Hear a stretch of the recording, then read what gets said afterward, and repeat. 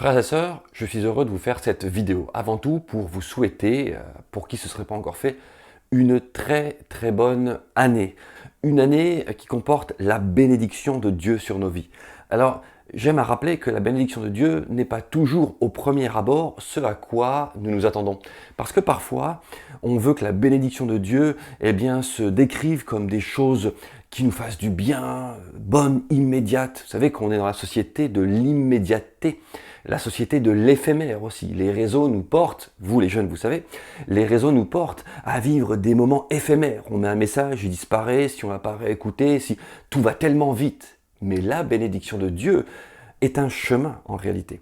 Et elle nous trace un chemin qui, par moments seulement, parfois, peut nous sembler dur et incompréhensible dans l'immédiat. Alors, je vous invite vraiment, quand je vous dis, je vous souhaite une année bénie, à concevoir que, Dieu sait tout.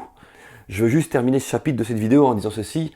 Il vaut mieux savoir que nous sommes accompagnés de Dieu que de vouloir tout de suite une forme de réponse immédiate, qu'on sache que c'est Dieu ou pas, on ne sait pas, on veut, voilà, on a la réponse, elle nous convient. Non, il vaut mieux la présence de Dieu dans nos vies, parce que du coup, quelle que soit la vallée qui se dessine, ou le chemin qui se dessine, même s'il est dur, nous savons qu'il le traverse avec nous. Et c'est cette année-là que je vous souhaite. Je tiens aussi à ajouter, puisqu'on parle de la nouvelle année, que cette année n'est pas prévisible. Alors tu vas me dire, mais Sam, qu'est-ce que tu racontes? Dieu sait tout, tu viens de le dire. Et puis, oui, mais dans les mains des hommes, cette année n'est pas prévisible. Vous comprenez que nous sommes dans un pays, et d'ailleurs c'est assez global sur la planète Terre, qui est dirigé par des personnes qui ne sont pas guidées par Dieu. Ce qui fait que la gestion, on l'a vu en 2020, de l'épidémie, de cette arrivée de virus, et puis des variants maintenant, tout ça. Bon, la gestion est entre les mains des hommes. Font-ils de leur mieux? Nous l'espérons. Mais on voit bien que les décisions sont de gauche, de droite. On essaie ceci. Donc cette année n'est pas une année prévisible. C'est pas pour autant que je suis en train de vous dire que ça va être une année catastrophe. Ni une année qui va nous perturber. Au contraire. Nous, Église de Christ, nous restons les yeux fixés sur Jésus. Et je vous souhaite dans cette année, c'est l'élan que je vais vous donner à vous, Centre Évangélique Concordia, nous, Corps de Christ, une année dans laquelle, alors que l'environnement reste imprévisible, peut-être tumultueux de gauche, de droite, tu vois, t'imagines bien la barque qui bouge à gauche, à droite, cette année, l'Église de Christ, elle, restera stable, restera les yeux fixés sur Jésus-Christ, ayant toujours le même langage, envoyant toujours le même langage à ceux qui nous entourent, c'est que Jésus-Christ est aux commandes. À partir du moment où tu lui donnes ta vie, peut-être que la vie d'ici-bas, effectivement, va continuer à être tumultueuse, peut-être même un peu plus, si tu donnes ta vie à Jésus. Mais par contre, la vie éternelle qui est en toi restera d'une stabilité à toute épreuve. Ce qui fait que tu vivras ta vie ici-bas en ayant la stabilité de la vie d'en haut. Et ça, c'est ce que l'Église de Christ envoie comme message. Alors dans ces mouvements que le gouvernement nous invite à suivre, couvre-feu 20h, couvre-feu 18h, confinement, pas confinement, je ne sais, nous vous invitons à plus que jamais, et je vous invite à le faire, vous abonner à la chaîne YouTube, à la page Facebook, la suivre, au SMS, à la lettre de nouvelles par email, quel que soit le moyen, et même multiplier les moyens, parce que nous avons besoin de communiquer ensemble pour que nous puissions réagir. Ah oui, réagir, être malléable et réagir. Et comptez là-dessus, croyez-moi, nous sommes en pleine réaction, dans le bon sens du terme, nous allons nous adapter parce que l'Église de Christ est un être vivant. Voyez-vous, une religion en tant que telle n'est pas un être vivant. C'est structuré, c'est dogmatique, c'est liturgique, etc. Mais l'Église de Christ est un être vivant qui va pouvoir réagir et surtout s'adapter tout en gardant bien sûr sa volonté de rester accroché à l'Évangile. Ne m'entendez pas dire, quand je vous dis s'adapter, ne pensez surtout pas à une forme de compromis. Nous restons accrochés à Dieu et à l'Évangile. C'est lui qui nous redonne encore la vie.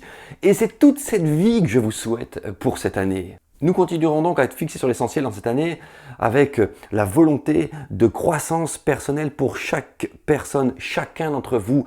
Nous vous chérissons, frères et sœurs, et nous continuerons à travailler dans l'objectif que chacun d'entre nous, nous grandissions en Christ. Dans cette situation que nous traversons, cette année 2021 qui s'annonce, je l'espère pas comme 2020, mais qui s'annonce, mettez 3 petits points ce que vous voulez derrière, eh bien la meilleure solution, et il n'y a rien de plus beau, c'est pour ça que je relève que l'Église est un être vivant, il n'y a rien de plus beau que de penser que chaque cellule, vous, moi, chaque cellule, chaque frère et sœur, devient alors capable, alors que c'est tumultueux pour le monde qui nous entoure, devient alors capable auprès de ses collègues, ses voisins, ses amis de lycée, ses amis de collège et autres, eh bien, capable d'être stable. Et c'est ce que nous voulons viser encore et encore. Vous savez que Centre Évangélique Concordia met une grande importance à l'exercice des dons spirituels, au temps de louange que nous vivons ensemble, qui impacte les vies, et aussi à la croissance ancrée dans la parole de Dieu.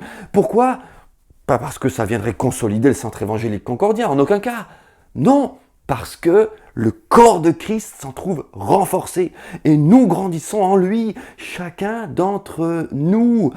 Nous grandissons en Christ. Alors nous pourrons, dans l'année 2021, et c'est ce que je vous souhaite, c'est ce que je nous souhaite, nous pourrons être un phare dans la nuit. Des gens qui ont des paroles à propos. Des gens qui communiquent la paix de Dieu. Alors, j'ai envie de dire, accrochez-vous, on va s'engager dans un beau voyage, tous ensemble, et vous allez voir que Dieu fera des choses encore merveilleuses dans nos vies. Et enfin, un dernier point, et qui n'est pas des moins importants, au contraire, des plus importants. Je veux m'adresser maintenant aux parents. Alors aux parents ou aux grands-parents, ou à vous qui avez peut-être un oncle, une tante, vous qui êtes un oncle, une tante, pardon, et qui avez un impact sur les jeunes. Je vais vous parler de ce point-là. Écoutez, dans cette année 2021, peut-être qu'effectivement, avec la gestion qui sera devant nous, comme je l'ai dit, c'est incertain, peut-être que l'État réclamera encore un confinement, des fermetures de ceci, des restrictions d'horaire par là, des mouvements d'horaire par-ci, on ne sait pas. Ce qui fait qu'on va s'adapter, mais peut-être que l'Église organisationnelle, si je puis dire, aura un impact un peu moins direct sur vos enfants. Je vais vous laisser ce message pour cette année 2021. C'est une année dans laquelle ils vont vous regarder peut-être plus que jamais. C'est une année dans laquelle c'est au travers de vous que le Saint-Esprit voudra passer pleinement pour toucher leur vie. Parce que c'est une année dans laquelle vos enfants vont avoir besoin de votre stabilité, vont avoir besoin de votre maturité dans la parole de Dieu, vont avoir besoin de votre foi en exercice. Vos enfants vont avoir besoin de vous voir en train de chercher la face de Dieu, de chercher le discernement. Frères et sœurs, que tu sois du Centre Évangélique Concordia ou pas, si tu es enfant de Dieu, c'est une année dans laquelle vos enfants auront besoin de vous voir, comme je l'ai dit, en train de chercher la direction, le chemin de Dieu, la sensibilité. Vos enfants vont vouloir vous voir être sensibles à l'écoute de la voix de Dieu. Vos enfants, vos jeunes n'ont pas besoin de vous voir paniquer. Ils n'ont pas besoin de vous voir, excusez-moi du terme, mais pendus H24 aux informations. Ils devraient nous voir plutôt pendus H24 à la parole de Dieu, renouvelés par le Saint-Esprit. C'est ça que nos enfants, nos jeunes ont besoin de voir. Je prie Dieu qu'une génération qui marche par la foi et le discernement dans l'Esprit se lève cette année en 2021. Vous me direz peut-être, mais Sam, c'est pas le contexte, puisque l'Église aura peut-être de la difficulté encore à être ouverte autant qu'avant. Mais c'est le contexte justement, parce que Dieu veut passer au travers de chacun d'entre vous. C'est le signal que nous, responsables, nous allons envoyer. Vraiment, dans cette année 2021, vos enfants ont besoin de vous voir en tant qu'enfants de Dieu, vivant sur terre, mais assis à la droite de Dieu, comme nous le dit Éphésiens 2,6, et prenant donc les situations en les regardant par le haut. Frères et sœurs, vos enfants cette année, les jeunes ont besoin de vous voir poser les yeux sur le monde invisible et non pas que sur le visible. C'est cette année que je vous encourage dans ce sens. Alors nous allons ouvrir maintenant la parole de Dieu quelques instants. Et je vous invite à venir avec moi dans le psaume 139. Je vais juste le lire une fois seulement. Et je voudrais que vous puissiez en saisir toute la substance. Je voudrais que nous puissions en extraire toute la vie. Parce que ce psaume-là nous amène à comprendre, si on peut, parce qu'il dit lui-même qu'il est difficile pour nous de comprendre la pensée de Dieu, tellement elle est immense, tellement son amour est grand. Mais ce psaume nous amène à comprendre que Dieu a tout entre ses mains. Que ce soit cette année, une année où vous soyez rassurés par Dieu. Et c'est pas que c'est à lui à faire le job, lui il l'a déjà fait. C'est à nous à recevoir sa paix et à être paisible en sa présence, les yeux plongés dans la parole de Dieu. Lisons ensemble le psaume 139. Je vous le lis. Seigneur, tu regardes jusqu'au fond de mon cœur et tu sais tout de moi. Tu sais si je m'assieds ou si je me lève. Longtemps d'avance, tu connais mes pensées. Tu remarques si je suis dehors ou chez moi. Tu es au courant de tout ce que je fais. La parole n'est pas encore arrivée à mes lèvres que tu sais déjà tout ce que je vais dire. Tu es derrière moi et devant moi aussi. Tu poses ta main sur moi. Ça, c'est Dieu pour vous. Cette année, il est devant vous, derrière vous et il pose sa main sur vous. Que tu me connaisses à ce point est trop merveilleux pour moi et dépasse tout ce que je peux comprendre. Voyez, frères et sœurs, si cette année on cherche à comprendre Dieu, mais pourquoi je suis passé par là? Pourquoi je dois passer par là? Pourquoi il m'arrive ça? À un moment donné, cette voie, cette volonté de comprendre restera sans issue. Il n'y a parfois rien de mieux à un moment donné que d'abandonner la volonté de comprendre pour se laisser aller dans les mains de Dieu. Seigneur, je ne sais pas où tu m'emmènes, ça n'a peut-être pas l'air génial, mais je te fais confiance parce que tu m'accompagnes. Verset 7. Où pourrais-je aller loin de toi? Où fuir loin de ta présence? Bon, si je monte au ciel, tu es là. Si je me couche parmi les morts, t'y voici. Si je m'envole jusqu'au soleil levant, ou si je vais m'établir au soleil couchant, même là, ta main me guide. Ta main droite ne me lâche pas.